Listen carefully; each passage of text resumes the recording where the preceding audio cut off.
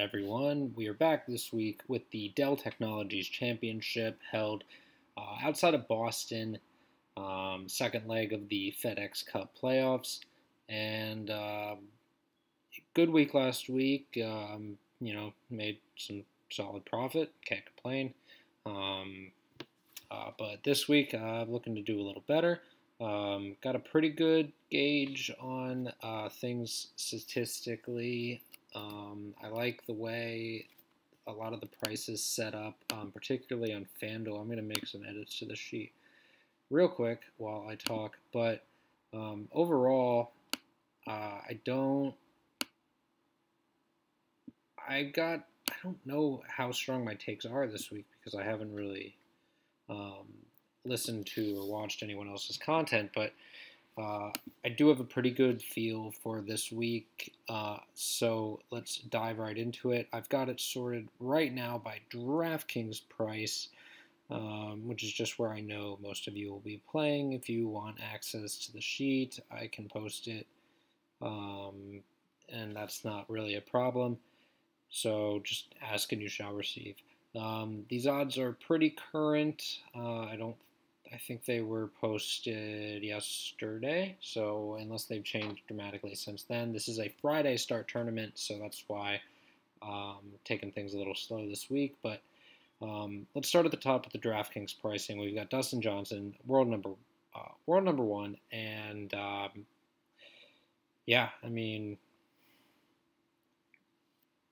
there's three top tier options this week, I think, and it's DJ, JT, and Brooks. Particularly on FanDuel, you're looking at 12,000 and more.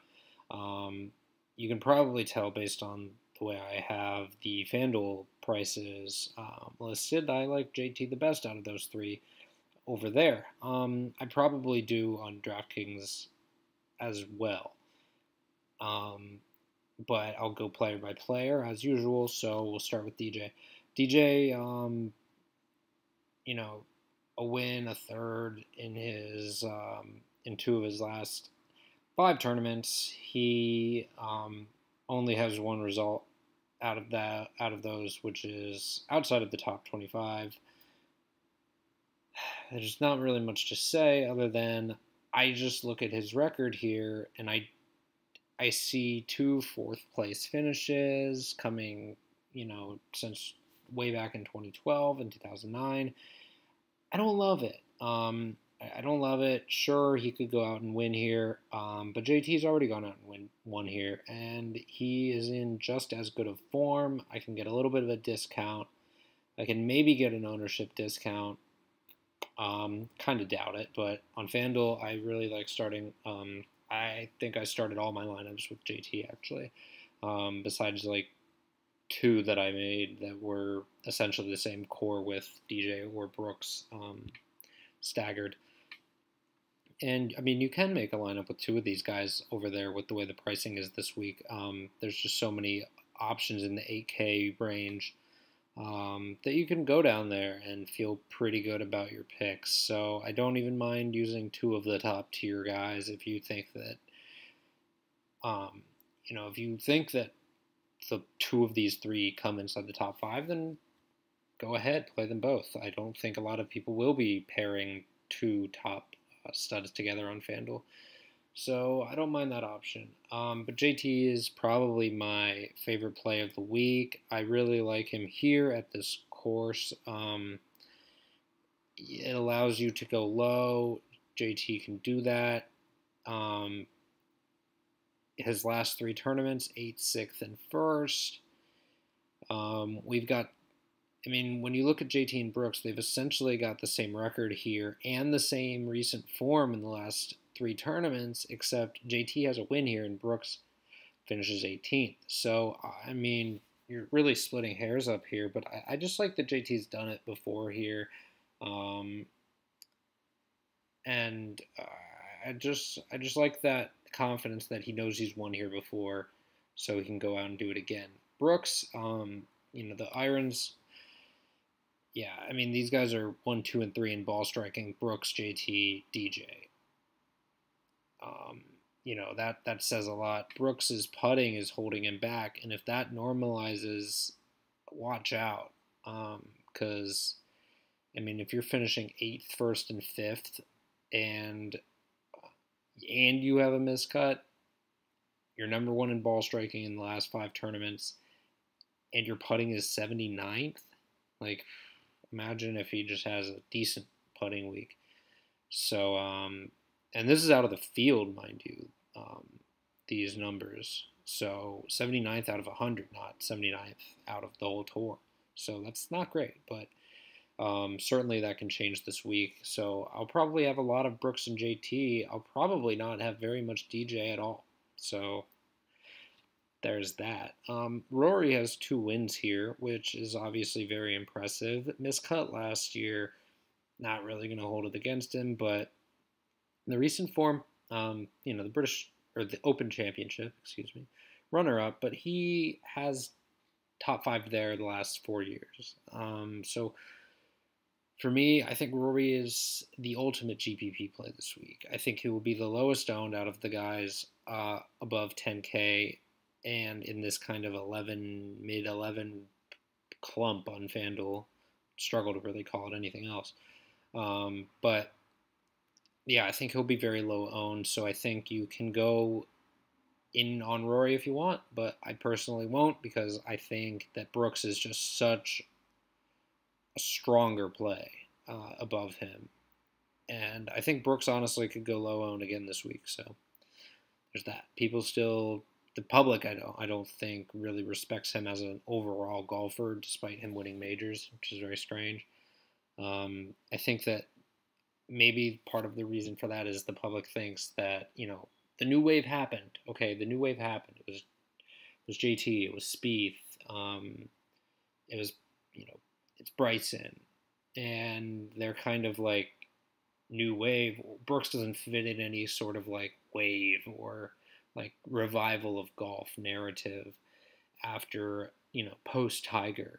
Brooks doesn't really fit any narrative, so he's just not getting pushed. And, certainly the results show that he is an elite player and needs to be treated as such. But you should already know that if you're digging deep enough to even listen to this. Jason Day, I like Jason Day as a very safe play this week, but I think that there are other strong plays around him that are very similar. Spieth being one, I'd rather pay up for Brooks or JT. I think they have much more win equity here. Day for me has been good, but not complete elite, which is what we want out of, the first guy in the lineup. So, I kind of bolded him at the beginning thinking, he'll build some lineups with Day, but I honestly would rather just have JT or Brooks. So that's kind of how I'm leaning right now. I think Day will finish around 20th to 10th. But, out of your top guy, that's probably not going to be good enough in this field. So for me, I'm going to kind of stay away from Day. I think in this kind of a field, this kind of an event, you need to be chasing more upside. And I just don't think that Day really is going to show it this week.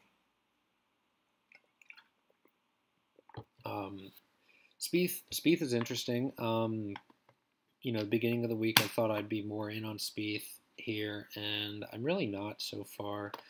Spieth has gone bizarro world over the last 5 tournaments, and as his season was pretty much a ball striking show with terrible putting, the last 5 tournaments have turned that around, or last five weeks, 3 tournaments have turned that around. His putting has been great, but his tee to green game has been not great. So what do we get this week? I think you have to wait and see, but I'm not all in on Spieth. I'm not going to be out. I'm going to have some Spieth lineups, and I'm going to have some not Spieth lineups. Tiger is very interesting to me this week. He, as you can see, has very strong history here. I think he has a pair of wins and like 5 top 10s, and I think he's missed maybe 1 cut. But yeah, I mean, this is Tiger. My only worry is, if you look at last week, not a same course history situation, but you're looking at him and from anyone priced Bryson up that made the cut, so not Rose or Rahm, Tiger finished the worst out of any of these guys. Now, do you hold that against him? Maybe Tiger's getting worn out. He's got a fucking fused back.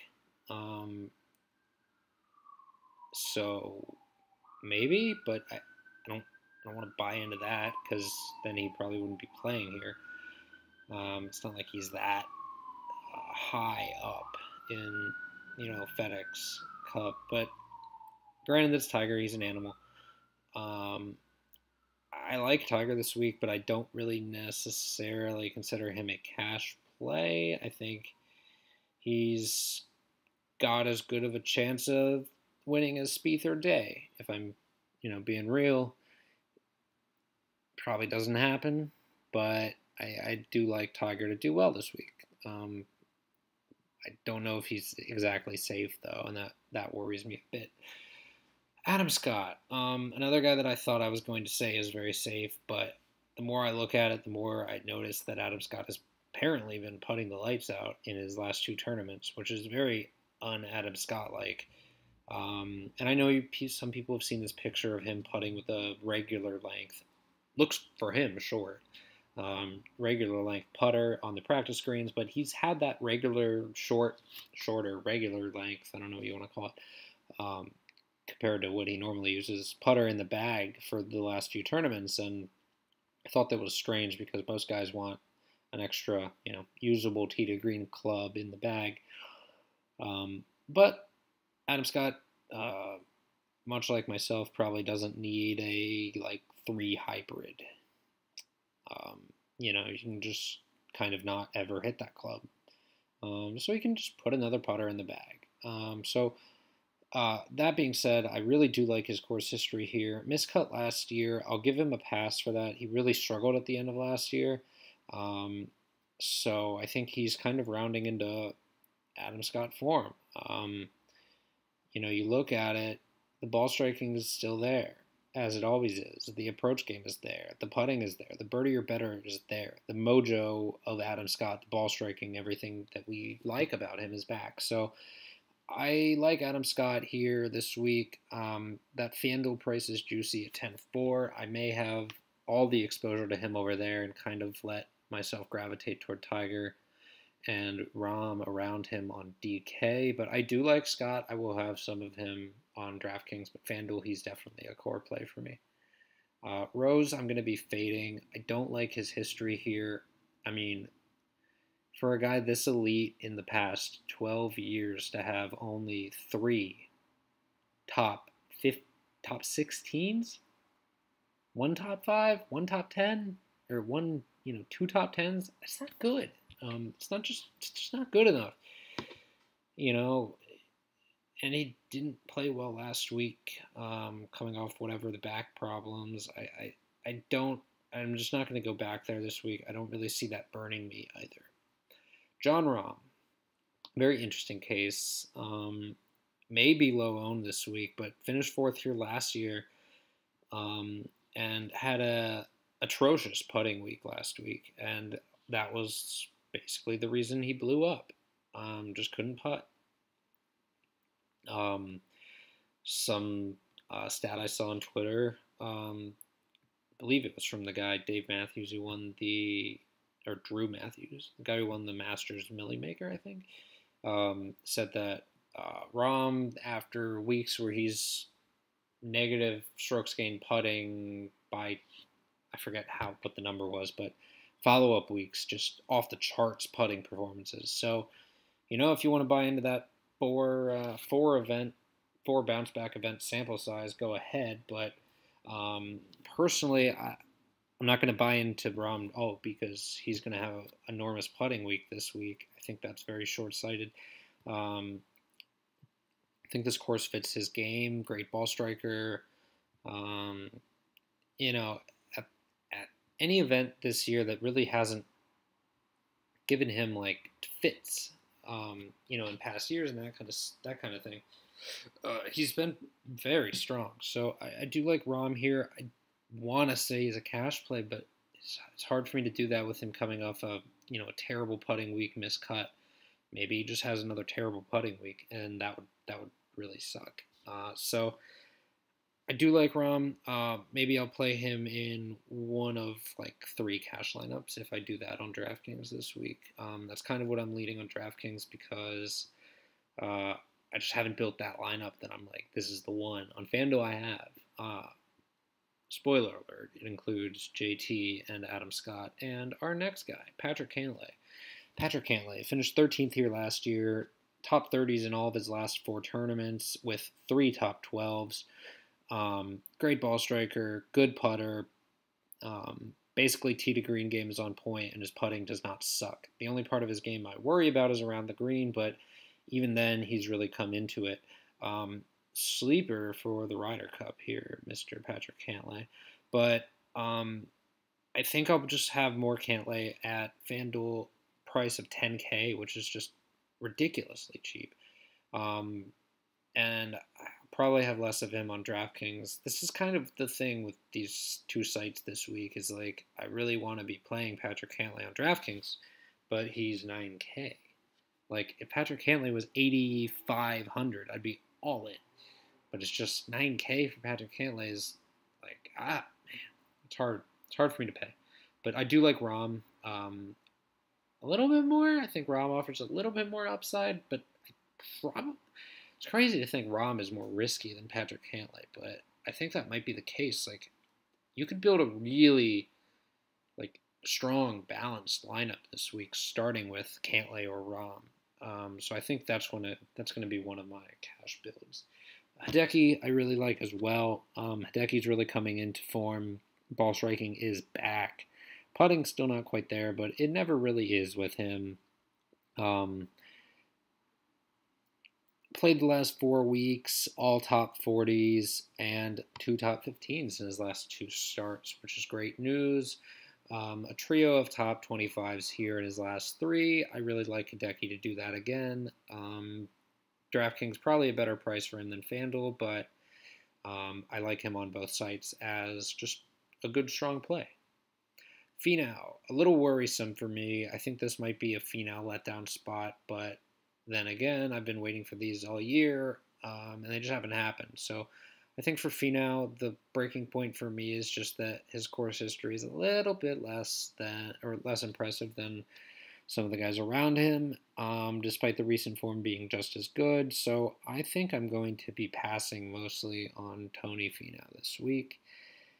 Do I want him to be on the Ryder Cup team? Yes. Do I want him? I mean, I think a lot of that depends on how he does this week in comparison to these Cantlay, the Bryson, Phil, Kuchar, ZJ, these other guys that could potentially be in the running. So for me, nope. But I wouldn't blame you if you bought in, just played the recent form. Bryson.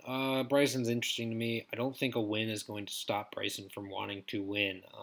He just does not strike me as that kind of guy that would say, I won, I can take a week and party it up, do whatever I want. I just don't think that's Bryson's game.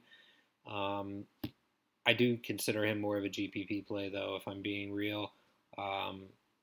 Just his very mixed bag of results tends to worry me.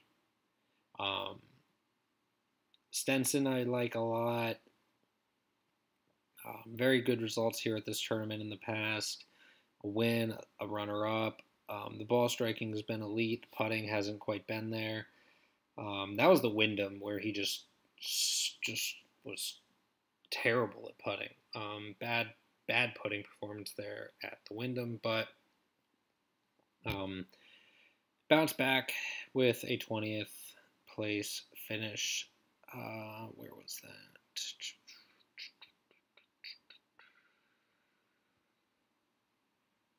That was at the Wyndham, wasn't it? 3 weeks ago was the PGA Championship. Yeah, Stenson must have had a terrible putting performance there, because that's not great. you don't want to be missing the cut at the majors, and Stenson did. Um, but yeah, this week I do like Stenson. The ball striking is there. I'm not going to worry about one bad putting performance. Granted, you do have to be putting pretty terribly to be the worst player in the field this week, strokes gained putting over the last 5 tournaments. But I'm not too worried about it. I think the ball striking will carry Stenson this week. Fleetwood. No history here, but this does seem like a good track for Mr. Fleetwood. Just very strong recent form. And the price is right. 8,500 on DraftKings is just a little too cheap. He was, 9-2, 9-3 last week and did nothing to warrant a $700 price decrease.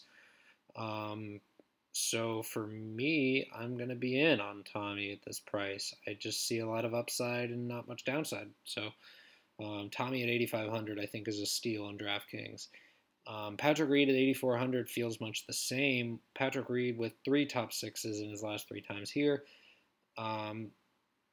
Before that, a miscut in the 70th, but Patrick Reed wasn't necessarily, a cream of the crop golfer in those years. Recently, Patrick Reed, very strong results, 25th last week. Before that, 1 missed cut at the PGA, but again, I'm not going to really hold that against him. And, strong results before that. So, much like Tommy, good form. Patrick Reed has the elite history here. So I like both of these guys a lot. I think if you make a lineup with a Rahm or a Cantlay to start, even an Adam Scott to start, although I like Rahm a little more than Adam Scott, if we're looking for I just think overall career path, I think Rahm and Scott might be on the same page, but Rahm I think is the more dynamic play this week. But yeah, if you want to go like Rahm, Stenson, Fleetwood, Reed, that's a very solid first 4 in a lineup, in my opinion. Webb is going to be a fade for me. I just don't like the history here very much, despite the recent form being strong. You got to fade some of these guys, and I think Webb is not going to make the cut for me this week. Phil, I don't know what to do with Phil. Very mixed bag of results here. 4th and 10th, and then he kind of fell off the deep end of this event, and then 6th place last year. Recent form, either top 25 or a miscut. So for me, a little worrisome. Maybe he's a little distracted by the whole Phil versus Tiger thing that's coming out in the media now. But this could also motivate him. So I think he's a strong GPP play, but I would not trust him in cash. This week, Billy Horschel, another guy. I think people are going to buy in. People are going to look at the ball striking numbers and they're just going to play him. I'm a little worried. Just his history at this event has not been great, but then again, the ball striking is there. He has 1 runner-up at this event. It's not like this course is just an impossible beast for him. So I'm in on Billy Horschel more on FanDuel at that 8,700 price tag, which is just absurd. 8,100 on DraftKings, I think I can kind of get around paying that. So I'm going to be out on Horschel for the most part. Mark Leishman, another guy I'm going to be out on for the most part. Paul Casey is a guy that I don't know what to do with, if I'm being honest. I have him in bold, but I don't know what to do with him. I'm probably not going to be playing him in cash on DraftKings or FanDuel very much. It's, if I'm paying this price on FanDuel, it's Adam Scott or Cantlay for sure. Paul Casey, though, does have a 4th and a runner-up in his last 2 times at this event. The recent form is not great, though, so I think I actually am going to be avoiding Paul Casey for the most part here. And I think I will be playing quite a lot of Louis Oosthuizen, who owes me money from the PGA Championship, where he withdrew before his tee time, costing me money, which was not great.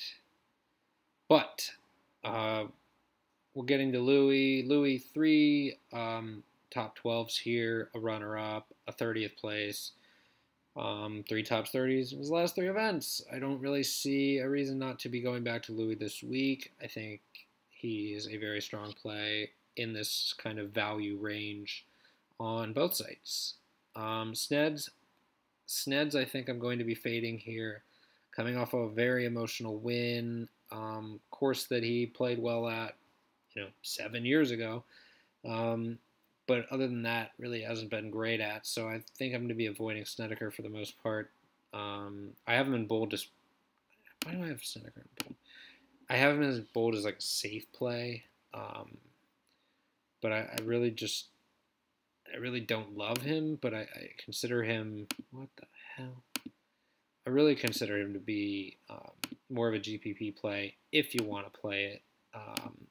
If you have the conviction on Snedeker. I don't, but that's just my opinion. Gary Woodland, one of my favorite plays on the board, 7,700, 9,200. I'll have a lot of Gary Woodland this week, like I did last week.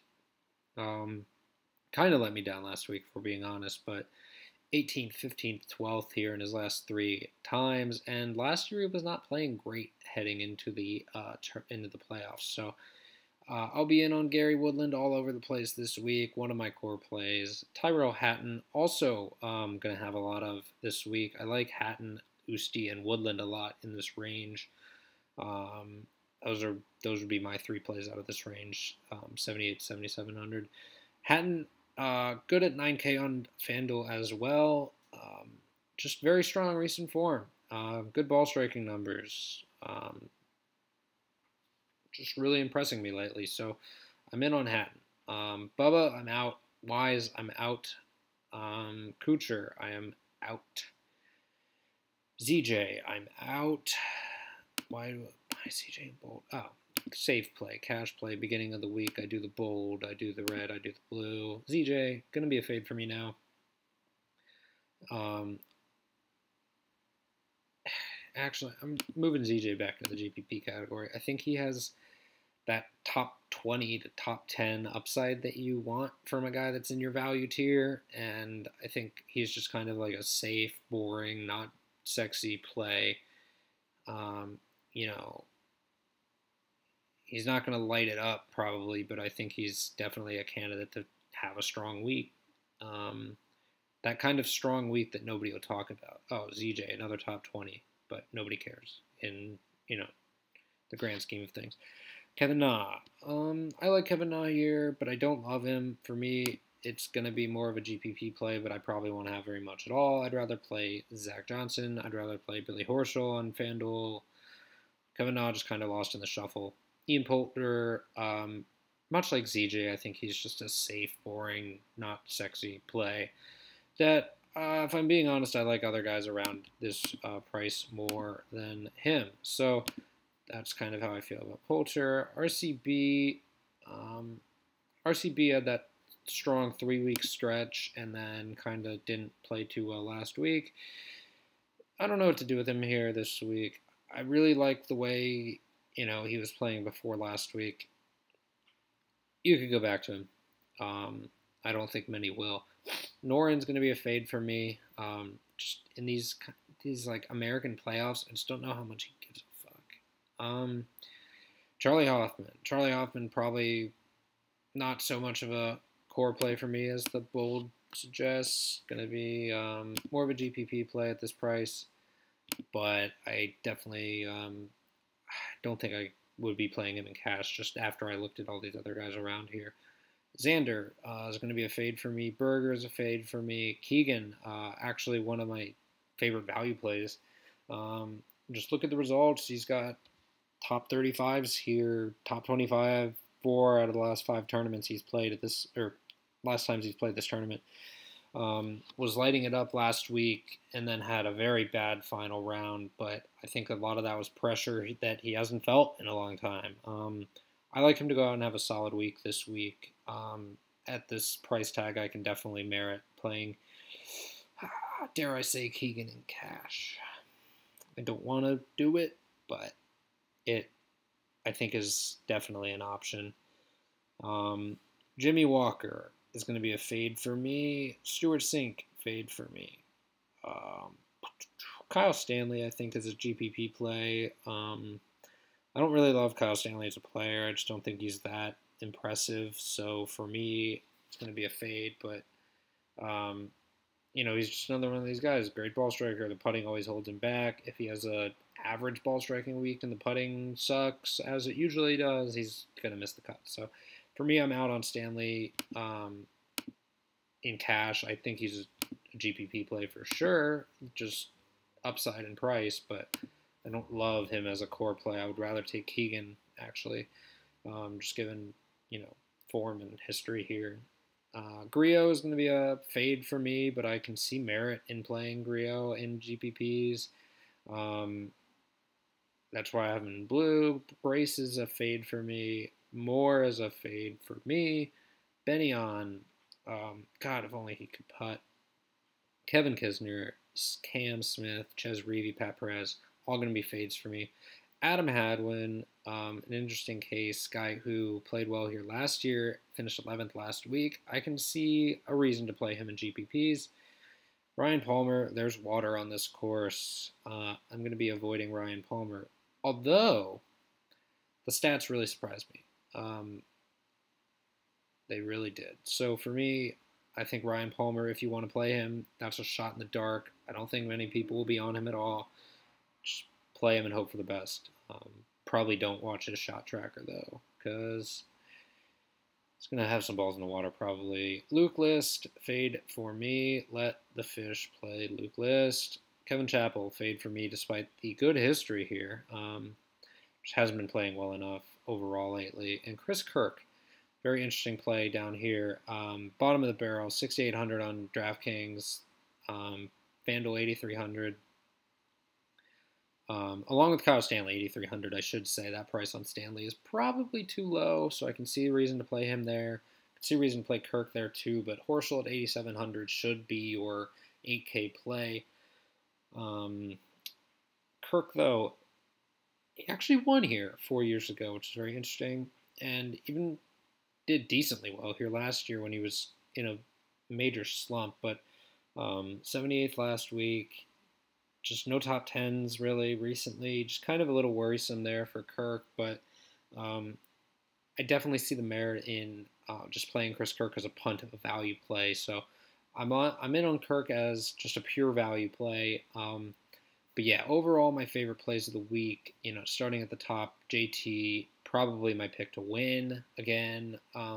Boring, but these are the events that the cream of the crop tends to win. So JT, if I had to do a one and done, would be my pick, but I think I've already used him in one and done. I think I used him at the Bridgestone. I'll probably be using, good God, maybe Rahm or Spieth as my one and done. Maybe, I don't know if I'd use Cantlay or Hideki. I'll have to look at my golfer check, but yeah. JT, Brooks, Day and Spieth, I think, are safe plays with upside. JT and Brooks are elite plays, in my opinion. Scott, I like a lot. Tiger, I like a lot. Rahm, Cantlay, Hideki. Stenson, Fleetwood, Reed. Usti, Woodland, Hatton, Keegan. Keegan. Okay. That's all I got for you this week. Best of luck. Feel free to hit me up in the chat. Send me your lineups. Let me tell you what I think, and good luck.